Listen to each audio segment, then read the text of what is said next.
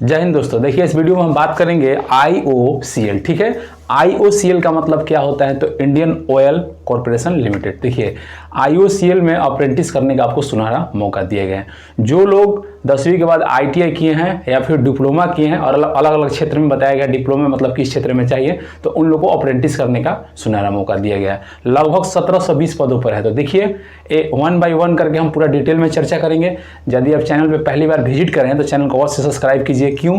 क्योंकि यहाँ पे गवर्नमेंट जॉब संबंधित या फिर जो भी अप्रेंटिस होता है हमेशा अपडेट दिया जाता है। ठीक है, और चैनल को सब्सक्राइब करें, साथ ही लाइक करें, शेयर करें। देखिए स्टार्ट करते हैं। देखिए समझिए, आपको जो बताया जा रहा है इंडियन ऑयल कॉरपोरेशन लिमिटेड, जिसको शॉर्ट में कहेंगे IOCL। ठीक है, रिक्रूटमेंट 2023।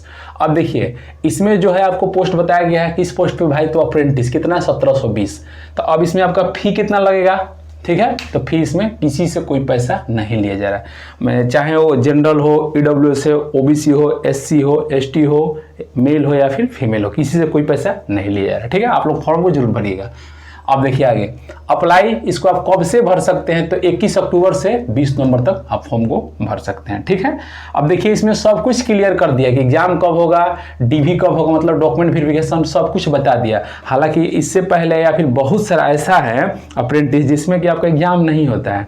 क्या होता है? एग्जाम नहीं होता है तो डायरेक्ट आपका जो 10वीं का मार्कशीट है और जो आपका ITI का मार्कशीट है, दोनों को जोड़ के, यानी कि उसका जो अंक प्रमाण पत्र है, दोनों को जोड़ के 2 से भाग दिया जाता है और उसके अकॉर्डिंग देखा जाता है कि आपका मेरिट बन रहा है कि नहीं बन रहा है। ठीक है, यदि मेरिट बनता है तो आपको डायरेक्ट अप्रेंटिस के लिए बुला लिया जाता है। ठीक है, लेकिन इसमें क्या होगा? आपका एग्जाम होगा। तो देखिए समझिए, तो आपको एग्जाम बता दिए कि एग्जाम आपका भाई कितना तारीख को होगा। तो देखिए क्लियर कर दिया आपको एग्जाम। ठीक है, कि एग्जाम जो है आपका 3 दिसंबर को होगा। ठीक है, 3 दिसंबर को।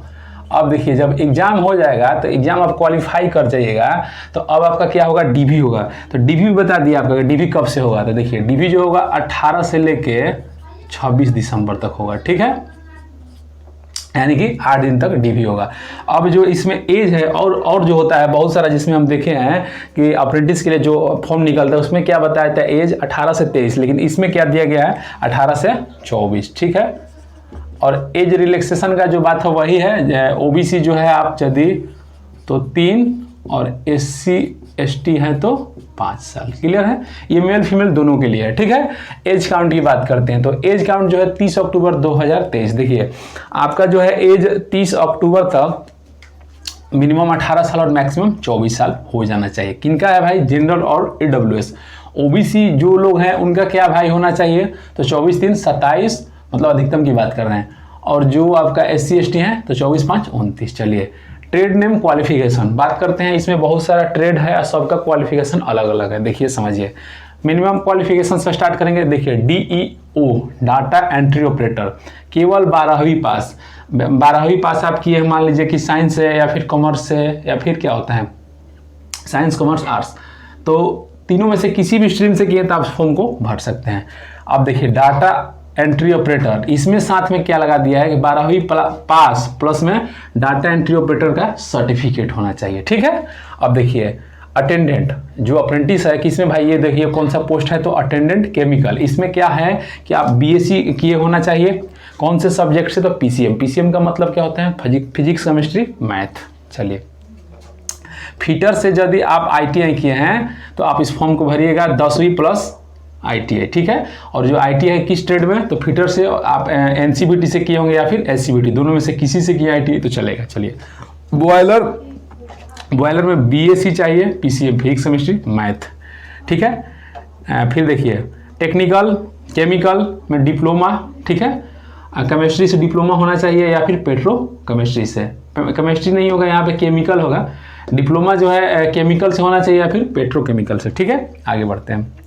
अब मैकेनिकल, ठीक है, यानी कि जो मैकेनिकल का है उसमें डिप्लोमा जो है आपका मैकेनिकल से होना चाहिए। ठीक है, इलेक्ट्रिकल, इसमें डिप्लोमा इलेक्ट्रिकल से।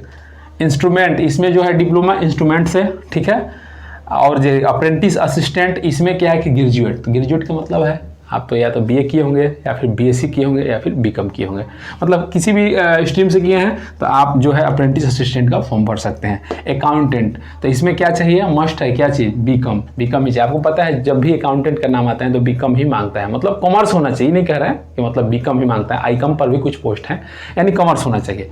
चलिए अब आगे बात करते हैं सिलेक्शन प्रोसेस की, ठीक है। तो सिलेक्शन प्रोसेस में देखिए, सिलेक्शन प्रोसेस में क्या होगा, CBT 1 होगा, कंप्यूटर बेस्ड टेस्ट, कंप्यूटर पर होगा, ठीक है। उसके बाद आपका क्या होगा भाई, तो DV होगा, ठीक है। उसके बाद मेडिकल, देन मेडिकल। अब एक चीज़ समझिए, अब आप सोच रहे हैं कि भाई CBT यानी एग्जाम होगा तो एग्जाम में क्या पूछा जाएगा। तो देखिए हम बताए थे आपको एग्जाम में क्या पूछा जाएगा। जो आपका ट्रेड है, ट्रेड से मान लीजिए कि जिस मतलब ट्रेड में भर रहे हैं, जैसे मान लीजिए कि सिंपल एग्जांपल आप ले लीजिए, BSc क्या चीज़ है, फिटर है, तो आप फिटर का जो इसमें पोस्ट है उसको भरने के लिए 10वीं पास प्लस में ITI चाहिए। तो देखिए आपका क्या होगा कि 10वीं पास है, तो देखिए 10वीं लेवल का आपका क्या होगा कि मैथ, रीजनिंग, जीके जिससे क्वेश्चन रहेगा, और बाकी जो है ट्रेड से। ट्रेड में किससे, तो है फिटर से, समझ गए। सबका अलग होगा, अलग अलग मतलब जिसका जिस हिसाब से रहेगा उस हिसाब से उसका प्रश्न रहेगा, ठीक है। अब उसके बाद डॉक्यूमेंट, DV का मतलब डॉक्यूमेंट वेरिफिकेशन, और मेडिकल मतलब समझ पे करते हैं आप लोग। चलिए आगे बात करते हैं। अब देखिए रिक्वायर्ड डॉक्यूमेंट, ठीक है। आप जब ये फॉर्म भरने के लिए नहीं है, जब फॉर्म भर लिए, सिलेक्ट हो गए हैं, तो जब DV होगा, डॉक्यूमेंट वेरिफिकेशन होगा, देखिए आपसे क्या क्या मांगा जाएगा। सुनिए, समझिए, इसको बढ़िया समझ लीजिए। 10 क्लास का मार्कशीट प्लस में हायर एजुकेशन सर्टिफिकेट। हायर का मतलब जैसे मान लीजिए कोई फॉर्म भरे हैं तो आप ग्रेजुएट पे भरे, ग्रेजुएट लेवल पर, तो 10 क्लास का मार्कशीट तो चाहेगा ही चाहेगा, ठीक है। आपका ग्रेजुएशन का भी मार्कशीट होना चाहिए, ठीक है, उसका सर्टिफिकेट लगेगा। उसके बाद ITI सर्टिफिकेट, ठीक है, मतलब जो आप मतलब जो लोग ITI पोस्ट पे भर रहे हैं तो उनका ITI सर्टिफिकेट, और उसका जो भी होता है मूल प्रमाण पत्र, ये सब लगेगा। और उसके बाद में आधार कार्ड तो सबका है, पैन कार्ड तो सबके लिए है। आधार कार्ड जो है लिंक बैंक अकाउंट, ठीक है, आधार नंबर जो है आपका, या फिर आधार कार्ड से आपका बैंक अकाउंट जो है लिंक होना चाहिए। अब देखिए कम्युनिटी सर्टिफिकेट, कम्युनिटी का मतलब क्या होता है, देखिए OBC का NCL लगता है, नॉन क्रीमिलेयर, और SC ST का कास्ट लगता है, तो उनका भी सर्टिफिकेट लगेगा। एप्लीकेशन प्रिंट आउट, जब आप फॉर्म को भरिएगा तो जो आपको रिसीविंग दिया जाता है उसी को एप्लीकेशन का प्रिंट आउट कहा जाता है, तो उसको भी लेके जाना है, ठीक है। अब देखिए जॉब लोकेशन, तो जॉब लोकेशन इसका क्या क्या बताया, गुवाहाटी जो असम में पड़ता है, ठीक है, पानीपत हरियाणा में, बरौनी बिहार में, डिगबोई असम में, ठीक है, हल्दिया आपका पड़ता है पश्चिम बंगाल में, बुनाई गांव, ठीक है, उसके बाद में मथुरा पड़ता है यूपी में, और पारादीप को पता है उड़ीसा में पड़ता है। तो बाकी सब डिटेल था, ये सब जानकारी आपको देना था, सब कुछ डिटेल में समझा दिए। यदि चैनल में पहली बार आए चैनल को सब्सक्राइब कीजिए, ठीक है। यदि इसमें कहीं दिक्कत है तो आप कमेंट कीजिए। जय हिंद।